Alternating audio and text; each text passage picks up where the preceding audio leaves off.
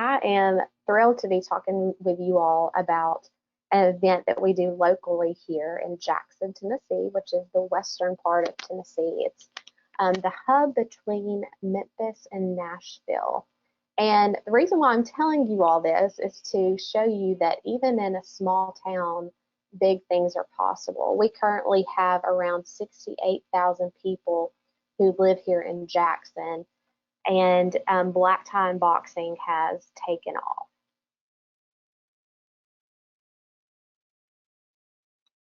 So, what is Black Tie Boxing? We are a fund of the West Tennessee Healthcare Foundation. We were created directly to benefit and raise awareness for Juvenile Diabetes Research Foundation, also known as the JDRF. JDRF is the world's largest nonprofit funder for type 1 diabetes research, and millions of people around the world live with type 1 diabetes and are threatened with type 1 diabetes, which is an autoimmune disease that strikes both children and adults. I actually got involved with this cause. My nephew, one of my nephews, was diagnosed with type 1 diabetes, and it did not run in the family. So it is my why. And so I just want to let you all know what our why is about black tie boxing.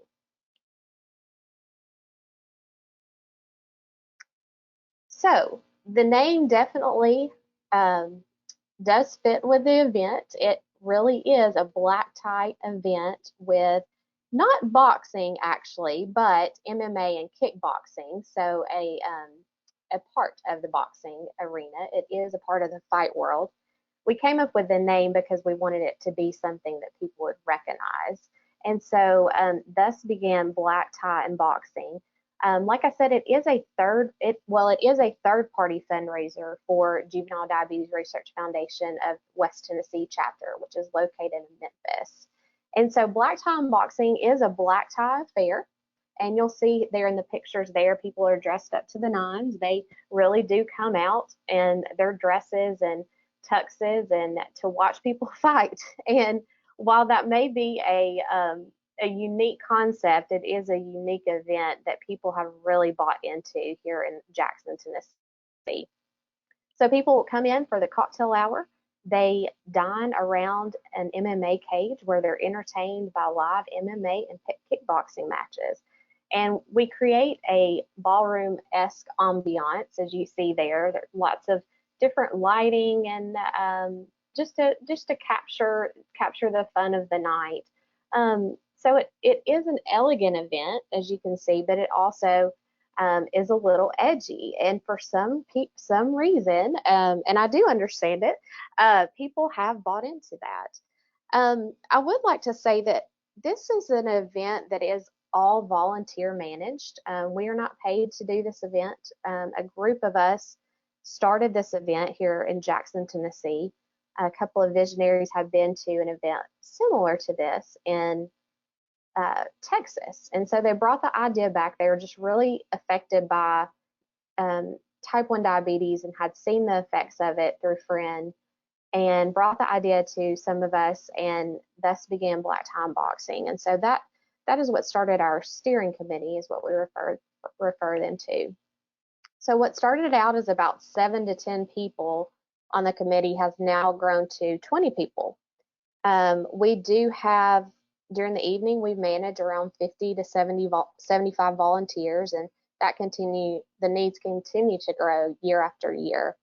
I will say that growing our volunteer committee base really helped with for a number of things. Obviously, people have different talents and different things they can bring to the table, but also we found that if you're growing your volunteer committee, people that are really wanting to be a part of this event and this process and this cause, it can also potentially provide an additional stream of potential sponsors at this event, and that is something we have personally seen as a benefit as well.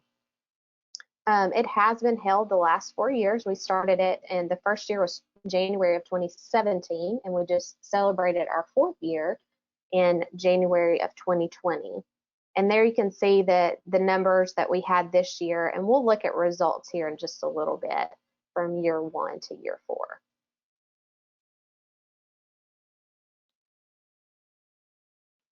So as you can guess, when there are new new events or just events in general, there's always challenges, but especially in year one. So the biggest challenge for us that we saw in year one, the question of, so what is this event? What exactly is going to happen here? Like I said, it is a unique concept. You really do dress up and you really do come watch people fight and you really do eat. And so enjoy and have drinks and socialize. So getting past what all is going to happen was a challenge, but it was something that we knew was going to be a challenge. So it wasn't unanticipated. So for us, we wanted to be sure that we provided that clear communication to the community, to our sponsors, finding the right sponsors, explaining a little bit more about what this event is. But really, in the beginning, it was for people to understand this is a charity event. We have a cause. Our cause is JDRF, and this is what JDRF means. So finding that right mode of communication for us was essential. Also essential and challenging was how do we create a ballroom-like atmosphere, a black tie affair with boxing.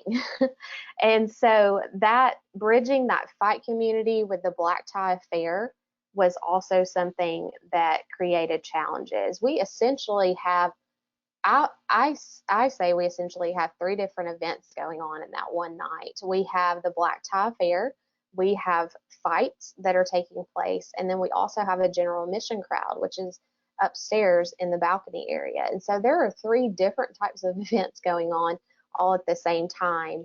So bridging that together was a challenge, but it was something that having the right team and having the right people, we were able to make happen.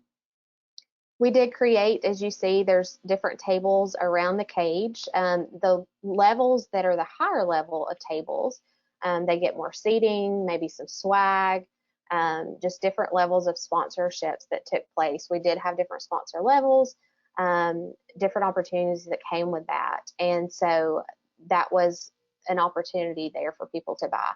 We also, of course, had the general admission tickets, which was, again, a completely different environment, essentially upstairs. They didn't have to dress up, but they could if they wanted to. But it was casual for them. They still were offered concessions and bar and that kind of thing. But again, it was a different environment, but they could still be totally part of the night. Another challenge, how do we increase our reach pre-event? Using that promotion wisely. So again, we are clear in that communication. Year one, of course, we didn't have any photos to grab from. So we had never done this event. So we had to find the right photos that were mimicking the environment that we wanted to create that night so that people could know what to expect. There was lots of questions about what do we wear. So we created graphics on what to wear.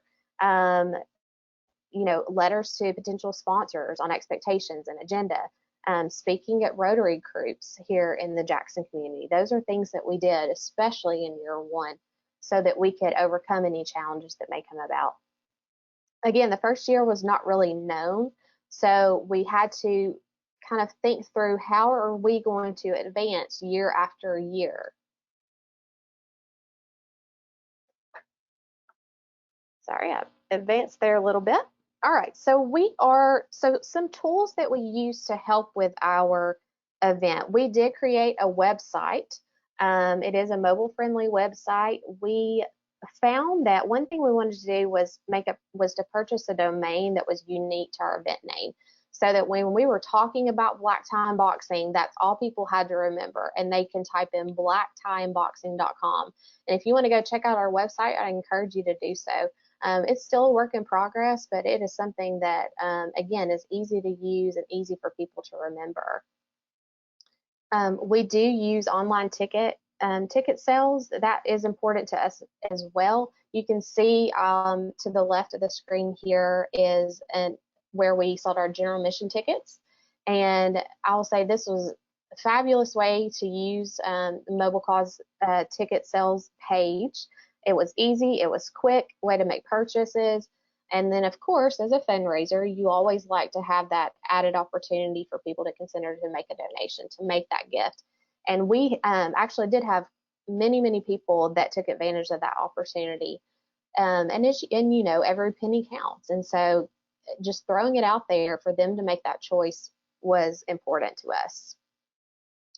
Another thing we did, like I mentioned, was sponsorship sales. We had different levels. We did make those phone calls, especially in the first year, and had meetings again to get past that challenge of what exactly is this event, because it was unique. But I will say, in year 4, actually year 2, 3, and 4, we didn't have to make too many asks. We have people that come back to us the night of, the day after the event, throughout the year that say, put me down. Or we had to make waiting lists this year to have people, for people that wanted to purchase a table.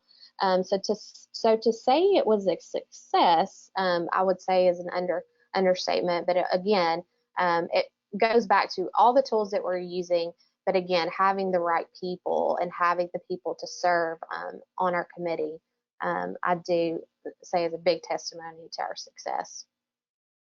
One thing new that we added into our event this year in 2020 was we did use the text to donate with the live event thermometer, and it brought a new level of donors to the night for us. This helped meet that question of that challenge that we asked ourselves in the beginning, is how do we keep things fresh year after year, but still bring in more money so we don't cap out. And so MobileCause made this easy for us to use, using the text to donate, using the live event thermometer. We did a Facebook Live during the event as well, and people could text to donate from their couches, just like Corey was talking about with a virtual event. It wasn't necessarily all virtual event, but we did use it to our advantage using Facebook Live. We also added in this year the peer-to-peer fundraising. I'm going to talk a little bit more about that here in just a few minutes too. I will say, if this is something you're not doing, take advantage of it now. This, along the peer-to-peer, along with the text to donate, definitely increased our sales in year 4 dramatically. So event promotion, you know, just the normal stuff, social media. And if you're not big on social media, which I have a feeling most of you are if you're on this webinar, but social media is your friend. So don't be scared to use it. It is free, unless you're, you know, buying ads and things like that, but it's free. A majority of your patrons are using it and will continue to use it. We created pages on Facebook and Instagram. Our handle is @BlackTieUnboxing, and we do create a Facebook event every year. And so this is just an easy way to capture your audience, to keep people up to date, and communicate with them clearly. We did reach out to community businesses for sponsors. In addition, we have quite a few people that make personal purchases for this event, probably more than normal, but a majority are businesses. And one thing that we do, we really try to take care of our sponsors. And every year we have done well, except for the first year, but years 2 through 4, we have done a patrons party to thank our sponsors. So this happens in November, which is Type 1 Diabetes Awareness Month. And every November leading up to the event, which is held in January, we thank our sponsors, and we just encourage them about the evening that's coming up in January. It's a time for everyone to get excited about the night. We offer, you know, of course, food and beverages. It's a social hour. They're able to learn more about what is JDRF and hear more about the cause. We bring in some kids that have Type 1 for them to share a little bit about the disease and how it affects them. And then also, we also share about JDRF and how this money is being used to help not only the community, but in the research world for a cure. And then one special thing that we do at Patrons Party is we also announce the fight card. And so this is the first time that the fight card is announced. It's not announced on social media or anywhere else yet until we share it with our patrons at the Patrons Party. We do partner with local media, TV, radio, print. We do exchanges with a local radio station for spots. leading up to the event to talk about the card, talk about the event. The media, especially at that point, is usually the biggest time for us to push our general admission ticket sales. We do ticket giveaways on air. We leave them for them during commercial hours that they use them for as well. Again, extra revenue from our peer-to-peer, and then word of mouth is big. Like Corey mentioned earlier, as we have tables that are purchased and sponsors, there's typically a table host that is making that purchase, and so they are the ones really that are capturing the people in their tables, that are inviting them, and there's a reason why they're coming, and they're sharing what that cause is. So peer-to-peer fundraising, we tried something new this year. Again, like I said, this is brand new for us. Wasn't really sure how it was going to go down, but it went off without a hitch. We started what's called the Fight Club. And so in addition to our regular fight card that consisted of men and women, MMA, kickboxing matches, we usually have about 10 to 13 fights on the night. And we also added in what's called the Fight Club. And so we recruited local men in the community, and we asked them, we said, hey, we're trying this thing. It's going to be called the Fight Club. We are asking you because we know that you are a champion in your community. You're a champion for your work. There's a cause of JDRF. Maybe they are affiliated with the cause. Maybe they're affected by the cause. Maybe they just like the fight world. There's a reason why we asked these specific men to come. And we said, hey, if you'll come and train like a fighter in a local gym that we have here that we partnered with, and learn how to fight like a fighter, but during this time, raise money for JDRF and Black Tie on Boxing. And potentially you have the opportunity to fight at the end of this and be on the fight card at Black Tie on Boxing. So as you can imagine, there were quite a few that were hesitant to the actual fighting. But after just moments of just kind of discussion, and this is what it would look like, everybody was all in. They came and they trained for 3 months. These guys raised money above and beyond what we set their goal to be. We even set up a competition between two teams. So we had Team Kim and Team AJ. Those were the two coaches. And they were competitive amongst themselves in raising the money. And so, we just use normal men. We call them our everyday heroes. They were bankers. They were teachers. They were, just coaches, a couple of big name coaches in the area. Putting a face, men that people know on the card was really helpful for us. It just created that extra anticipation of the night. It helped with our general admission ticket sales, especially. Having those local fighters definitely helped in that promotion. And then we do a weigh-in every year, and it's held at a local brewery here in town. And so all the fighters on the fight card come and weigh in, and they do the squaring up and the whole thing. So it's a big night, and that's the night before, and it just gets everybody really excited for the following evening. So we, of course, set their pages up on MobileCause, and they had a keyword, which was Fight Club, and a number. So they each had their own keyword. So they perhaps would do videos and say, text Fight Club 4 to 71777 if you'd like to see me fight at Black Tie on Boxing. So things like that. We, messaging wise, we did set up their pages for them, and they kind of generic overview. So what is the Black Tie Fight Club? So explain that in a little more detail. And then we put support your favorite fighter by clicking the make a donation button above. And then we had a why I fight section. So they could personalize it to why they fight, or we just made it generic to what type 1 diabetes is, and what the cause is. So as far as messaging, we again created those pages for them on MobileCause, and they make it really easy for you. And so once you put their information in, like your fighter's email or whoever your peer-to-peer person is, they get a link directly to their page. And so it's really just a click of a button. And so you can personalize it to them with a certain number if you have more than one person doing it and that type of thing. Yeah, and then as far as messaging and talking points for the fighters, again, we met with them prior to, just kind of had an interest meeting of people that we thought would be um, good advocates, and that's, those are the type of people you want to look for, advocates in the community, again, that are either associated with the cause for whatever reason, or whatever it is your event is about. And then kind of laying it out there, what our expectations would be, what we hope for from them. Making it, ours was like you're not going to get this camaraderie. It's kind of like you're back playing football again, or whatever it is in high school. And so there's a lot of, hopefully, some good feelings about that time that they spent in those types of sports.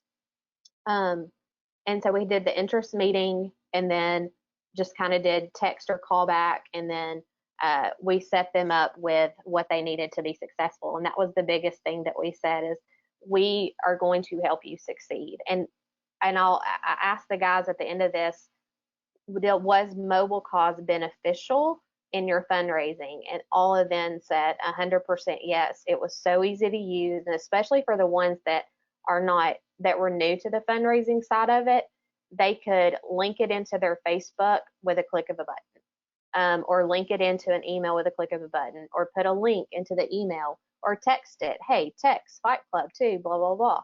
And it was that easy for them. So again, some event strategies that we used. Text to donate. So every year we did what was called Fund a Cure. And so Fund a Cure is a time in the evening where 100% of the donations that are given at that time go directly to research. And we always set that up as, maybe this is a time where you were a guest of the table. So probably a majority of them didn't even pay to get into the event. But so this is a time to ask them, say, hey, this is your opportunity to contribute to this cause. This is your opportunity to give. And so we did use the text to donate option during this Fund a Cure time. We kind of we shared that this was going to be an upcoming thing that was going to be happening in that night, so people weren't alarmed that, hey, what's this thermometer? They were already told at the beginning of the evening. We had somebody give a short testimony about how type 1 diabetes has affected their life or their family's life. We show videos through the evening, and videos are an easy way to share a story. And I will say, keeping your videos to like a minute and a half or less during an event is especially crucial, because you're going to lose people's attention. So we would share 5 or 6 videos through the night, short videos, and it also put a face with the cause, which is very helpful. So during that time of Fund a Cure, it also, the biggest thing for us was it enabled our general mission crowd to donate. I felt like we were always missing out on that general mission. They came in, they bought the ticket, they sat in the balcony, they maybe ate pizza, had some drinks, but they were never afforded the time or opportunity to donate, and they probably would like to, especially if they're coming in at a cheaper ticket price. They might have a little bit more to give. And so because of the text to donate, the Fund a Cure, the life thermometer, we had general mission crowd that donated this year. And so again, we'll see the results here in a few minutes, but this doubled our amount of raising from previous years in Fund a Cure, using the life thermometer and using the text to donate. Another event strategy that we use is the live drink auction. So again, unique is the word. We didn't want to be like every other event. We didn't want to have a silent auction. And silent auctions are great, but it's just not something that we wanted to use at this event. And so we did a live auction of specialty drink rounds. And between some of the fight matches, we had about 5 different drinks between matches, or one round a match, so between 5 matches. And we auctioned off drinks. And so we had a girl take away, a server take around a tray of drinks, and people in the audience could bid for drinks for their whole table. So again, first year we didn't know what to expect from this. We thought maybe we might make a few $100s on it. Um, we have never made less than $500 on a round. The first year we made $5,000 on one round of drinks. Now that was a little excessive, perhaps, and we did tell that table to drink slowly, so they could appreciate what just happened. But we that was a big hit. People enjoyed that live auction. This year, I think the most we made on the round was around $1,200 to $1,400. So the live drink rounds is something really neat to try. I would encourage it. We partnered with a local brewery and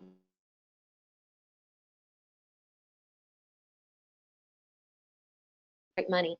Another thing that was a big hit is the whiskey pool. So instead of a wine pool, we do whiskey.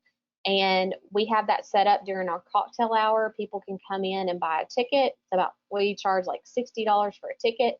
They flip over their shot glass, and whatever numbers on their shot glass lines up with the number bottle that they pull. So the chance is you could go home with a $25 bottle of whiskey, or you could go home with a $700 bottle of whiskey. And so all of these bottles were donated from people in the community, from friends. It may have been from distributors or local liquor stores. And again, variety was a big thing for us, and it also just helps with the anticipation of the chance of what type of bottle are you going to get. Every year, I'll say that the whiskey bowl has sold out in 30 minutes.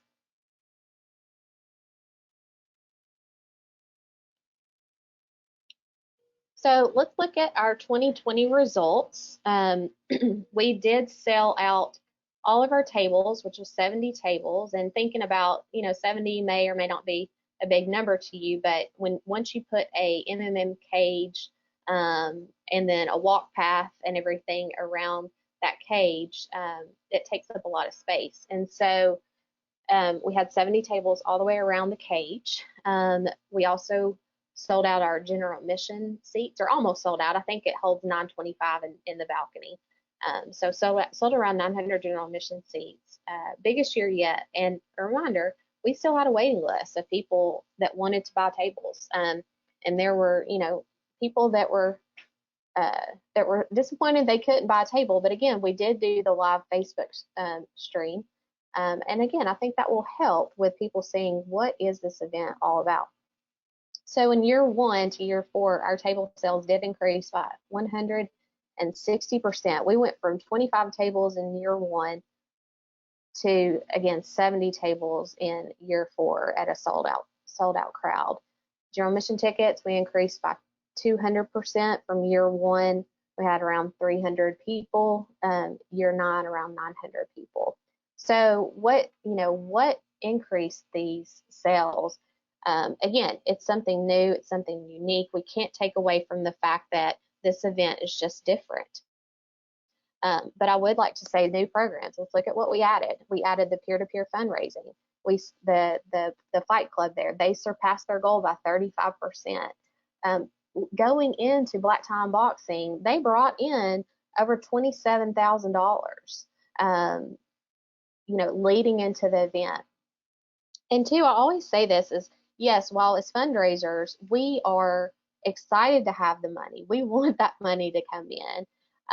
But personally, I also am so thankful for the fact that even with that peer-to-peer fundraising, again, the money came in, but that's 11 more people that were in the Fight Club that are talking about type 1 diabetes, which is our cause. That's hundreds of more people aware of what type 1 diabetes is and what JDRF is all about. And that's hundreds of people more that are donating to the cause. And then lastly, the text to donate. It did increase about previous years by 100%, of course, because we've never used it before. But it is something that we will definitely be using again, and we saw the benefits from it. So again, I'll say that we definitely will be using Mobile Cause again. If there's a hesitation at first, just like we felt in the beginning, just because it was something new and something different, you will be glad you said yes from the beginning. Mobile Cause definitely creates a dynamic and professional user friendly approach, and it will take your event to the next level.